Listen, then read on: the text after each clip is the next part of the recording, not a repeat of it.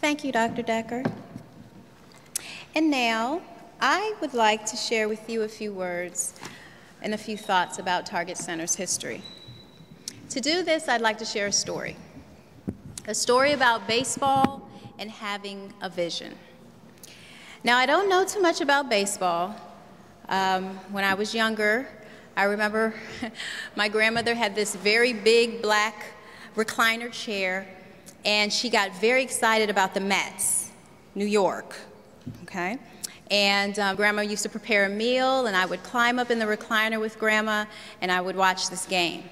I never really learned anything about baseball. It was more about spending time with Grandma. But during this time, I shared with her the joy, somewhat like I share with you all the joy regarding the Nationals winning games and preparing for the playoffs. I don't have much more to share except for woohoo. But I am a movie fan, and I recall Kevin Costner and James Earl Jones in the movie Field of Dreams. And do you remember when Kevin Costner had the vision in the movie, "If you build it, they will come"? Nod your head if you remember. If you build it, they will come. Very good.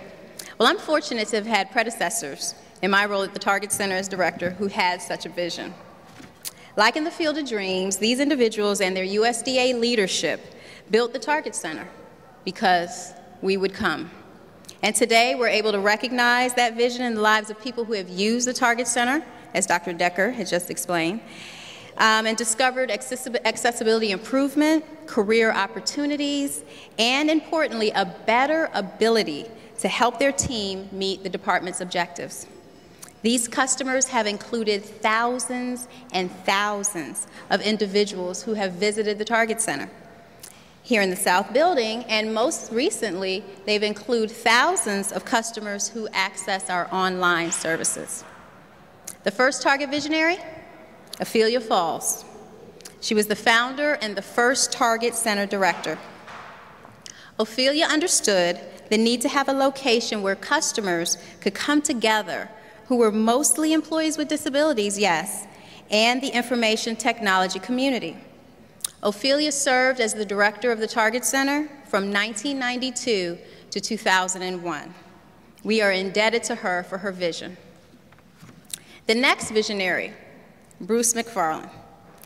Bruce led the Target Center from 2001 to 2008. Bruce augmented the core services for Target with accessibility, ergonomics, and education, but with two new service areas, emergency preparedness and Section 508 support. By integrating these critical areas and working closely with the disability community within USDA, Target became more aligned with the needs of employees with disabilities. We are pleased to have Bruce with us today. Bruce, please stand.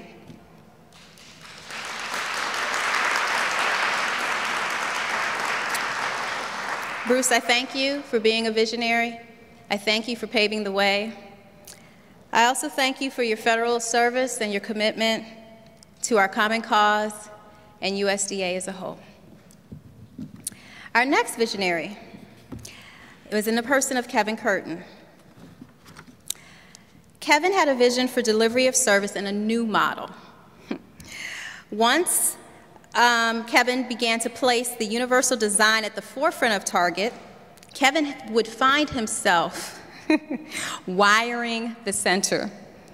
So when I say to you that Kevin carried a toolbox, I'm quite serious, and I'm told he really did. Kevin led the Target Center staff in the redesign and the reopening of Target 2.0. After this great milestone in our history, Kevin unfortunately carried his toolbox to the sky. Although he left Target, he left us with an amazing operating model in his legacy. I'm honored to follow Kevin as the director of the Target Center. But I'm also honored to introduce to you today Mrs. Ellen McNamara and Mr. Michael Curtin, please stand, who have joined us today.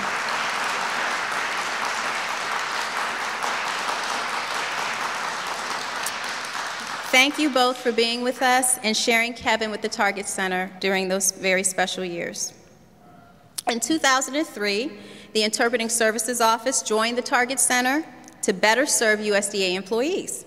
Susie Pryor served as the director of ISO, Interpreting Services Office, from 2000 to 2009, and brought forward the availability of open and effective communication through the Interpreting Services Office. Through Susie's leadership, this office became a model program for the federal community. I'd like to introduce you to Susie. Please stand.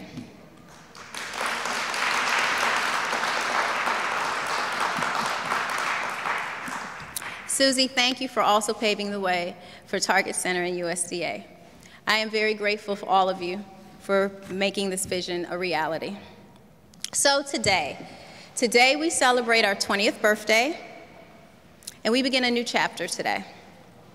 We begin the next 20 years. I would like to define my vision for the next chapter. Today, Target's mission is to provide the Department of Agriculture with an integrative center for disability-related activities and to support USDA as a model employer of people with disabilities. We continue to do this work in partnership with other great leaders. Other great leaders such as Allison Levy, USDA's Disability Program Manager, Angela Williams, USDA's Section 508 Coordinator, Carmen Jones, USDA's Special Assistant to the Office of the Secretary. I would also like to recognize CAP, the Department of Defense Computer Electronics Accommodations Program. I would like to thank them for their partnership.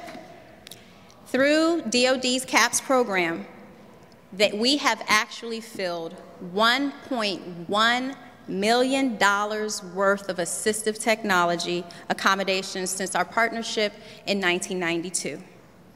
We have also partnered with CAP over the years to host joint training sessions, and this year we worked collaboratively to launch the Federal Disability Employment Across America webinar series.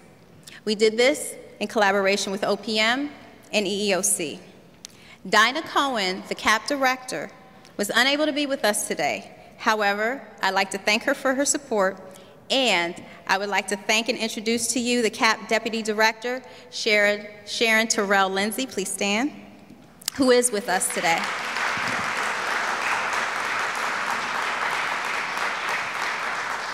I would also like to recognize the entire CAP team. Please stand and wave to the audience.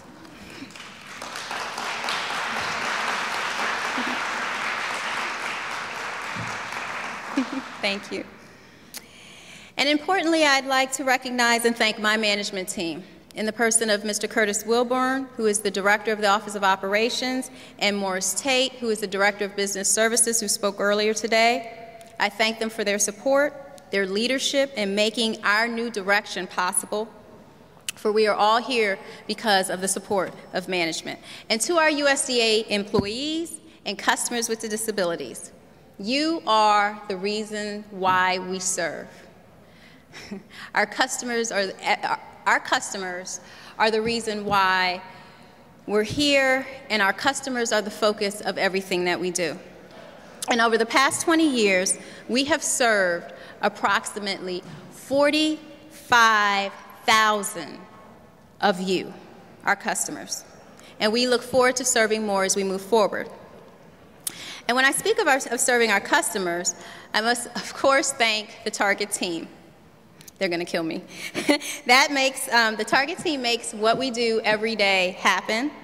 And so I'd like to acknowledge the presence of Nancy Froman,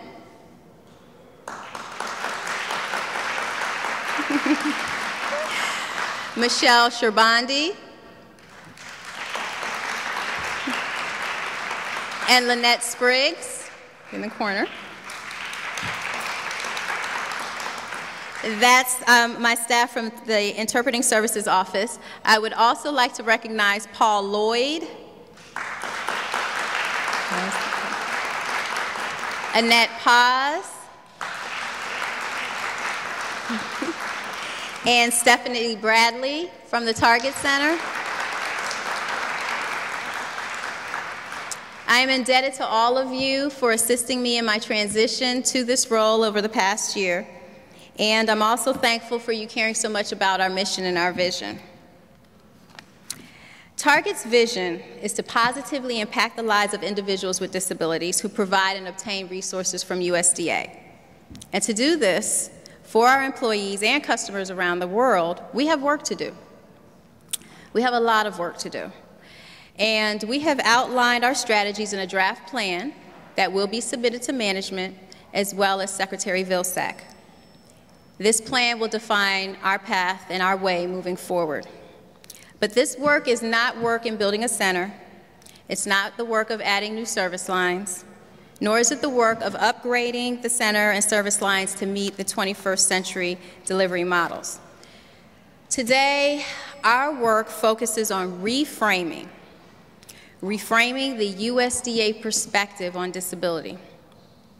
We must transition our community from thinking from disability as traditional, visible disabilities to now include non-apparent disabilities, such as learning disabilities, post-traumatic stress disorder, workers' compensation claimants, the maturing workforce experiencing range of motion, hearing, and vision loss, and the integration of disabled veterans into USDA's workforce.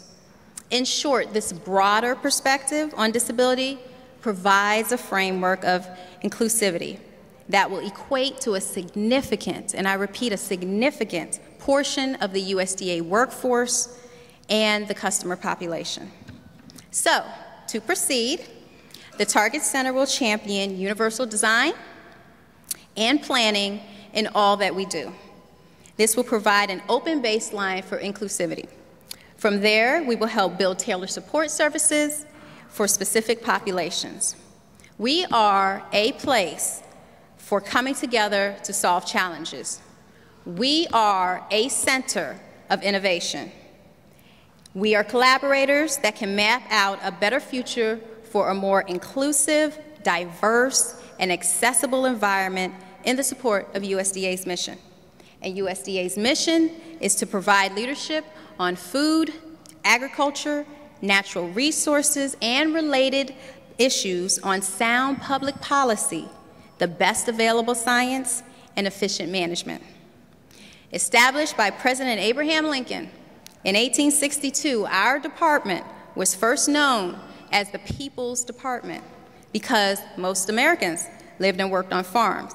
But as we gather today in the only cabinet agency adjacent to the National Mall, we should recognize the progress that our nation is making to address inequality and injustice, and that we are all working together to create a People's Department, one that employs and serves the whole community, including people with disabilities. I am humbled by this opportunity we have to work together to make this collective vision real here at the United States Department of Agriculture and across the federal sector. And I thank each and every one of you for coming here today to the Department of Agriculture to recognize the Target Center's progress. At this time, I invite you to take part of our technology showcase, as well as our breakout sessions for the training conference, and I personally look forward to meeting each and every one of you this afternoon. Thank you so much.